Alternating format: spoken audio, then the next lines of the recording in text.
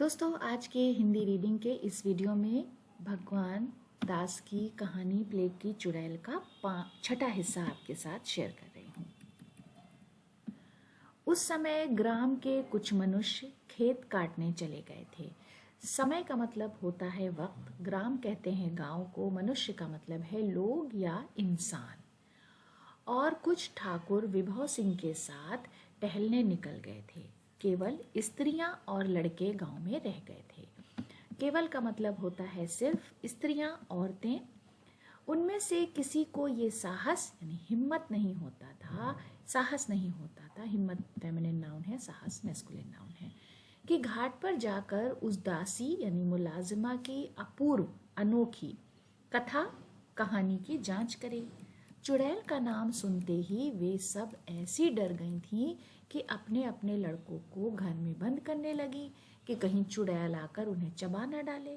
उस समय उस वक्त ठाकुर साहब का लड़का नवल सिंह भी अपनी मृत यानी मरहूम माता वालिदा का स्मरण याद कर कर नेत्रों आंखों से आंसू बहाता हुआ इधर उधर घूम रहा था और लड़कों के साथ खेलने की उसे इच्छा ना होती थी। इच्छा कहते हैं ख्वाहिश को।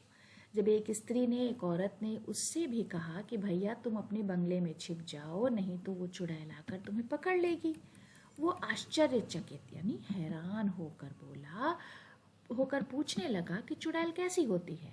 यदि वो यहाँ आवेगी भी तो मुझे क्यों पकड़ेगी? मैंने उसकी कोई हानि नहीं की है। हानि का मतलब नुकसान।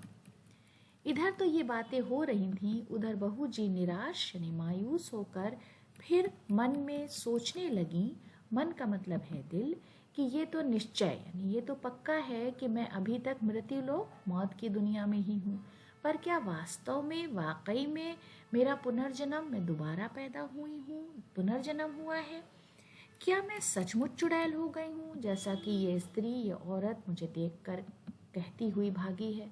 अवश्य, जरूर इसमें कोई भेद है, कोई राज है, वरना मैं इन क्रशित अंगों पर कफन का श्वेत वस्त्र लिपटाए, क्रशित का मतलब है कमजोर, अंग का मतलब है अजो, श्वेत का मतलब है सफेद, वस्त्र का मतलब है कपड़े, काले नागों के से बालों के लट लटकाए हुए इस अज्ञात निर्जन स्थान में कैसे आ जाती?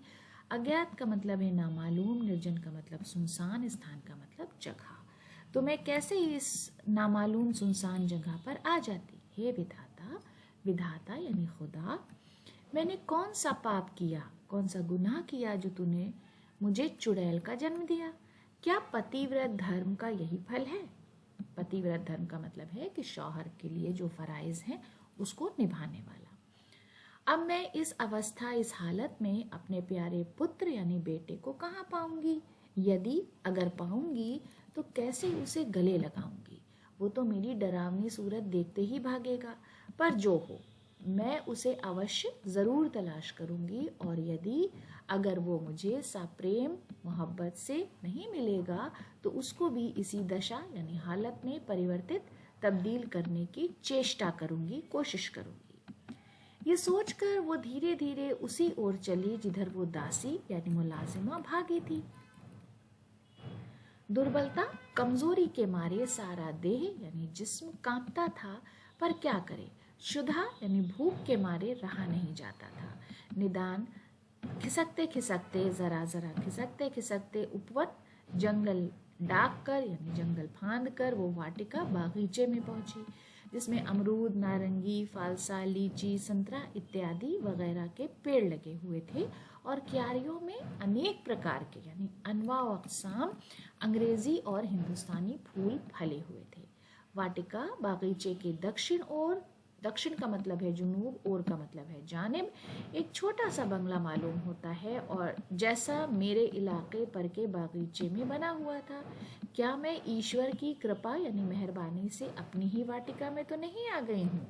अरे ये पुष्प मंडल, पुष्प कहते हैं फूल को, मंडल का मतलब जहाँ पुष्प मंडल, जहाँ बहुत सारे फूल हो, भी तो वैसा ही जान पड़ता है जिसमें 3 वर्ष हुए नवल जी को गोद में लेकर खिलाती थी।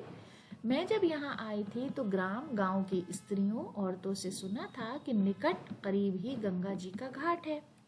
मैंने ठाकुर साहब से वहाँ स्नान यानी नहाने की आज्ञा इजाज़त मांगी थी, परंतु लेकिन उन्होंने नहीं दी। क्या उसी पाप उसी गुनाह का तो ये फल नहीं कि मैं इस दशा हालत को प्राप्त हुई? परंतु मगर उसमें मेरा क्या दोष, मेरा क्या कसूर था? स्त्री औरत के लिए तो पति यानी शौहर की आज्ञा पालन, कहना मानना ही परम धर्म है, सबसे बड़ा फर्ज है। ये फल मेरे किसी और जन्म के पापों यानी गुनाहों का मालूम होता है। इसी तरह मन में अनेक कल्पनाएं करती हुई बहूजी एक नारंगी के पेड़ के नीचे बैठ गई। मन का मतलब है दिल, कल्पना का मतलब है ख्याल। और लटकी हुई डाल से एक नारंगी तोड़कर अपनी प्रज्वलित शुद्धाग्नि, प्रज्वलित का मतलब भड़की हुई, शुद्धाग्नि का मतलब है भूख की आग को बुझाना चाहती थी कि इतने में नवल सिंह घूमता घूमता उसी स्थान जगह पर आ गया। उसको देखते ही बहू जी की भूख प्यास जाती रही। जैसे मृगी यानी हिरन अपने खोए हुए शावक हिरन का बच्चा को पाकर उसकी ओर दौड़ती है, वैसे ही बहू जी झपट कर नवल सिंह से लिपट गई और बेटा नवल जी कहकर उसका मुख यानी मुंह चूमने लगी। उस वक्त, उस समय नवल सिंह की अपूर्व दशा थी। अपूर्व का मतलब अजीब, दशा का मतलब हालत। कभी तो बहू जी की डरावनी सूरत देखकर भय खौफ से भागना चाहता था, कभी माँ के मुख, मुंह की आकृति यानी बनावट स्मरण याद करके प्रेमाश्रु, मोहब्बत के आंसू बहाने लगता और भोलेपन से पूछता था कि माता, तुम मर के फिर जी उठी हो और चुड़ैल हो गई हो? हम लोग तो तुमको घर ही पर छोड़ आए थे, तुम अकेले गिरती पड़ती यहाँ कैसे आ गई हो? बहू जी ने कहा, बेटा, मैं नहीं जानती कि मैं कैसे इस दशा, इस हालत को प्राप्त हुई हूँ, कैसे इस हाल को पहुँची हूँ। यदि अगर मेरा शरीर यानी जिस्म बदल गया है और मैं चुड़ैल हो गई हूँ, तो भी मेरा हृदय पहले ही का सा है और मैं तुम्हारी तलाश में खिसकते खिसकते इधर आई हूँ।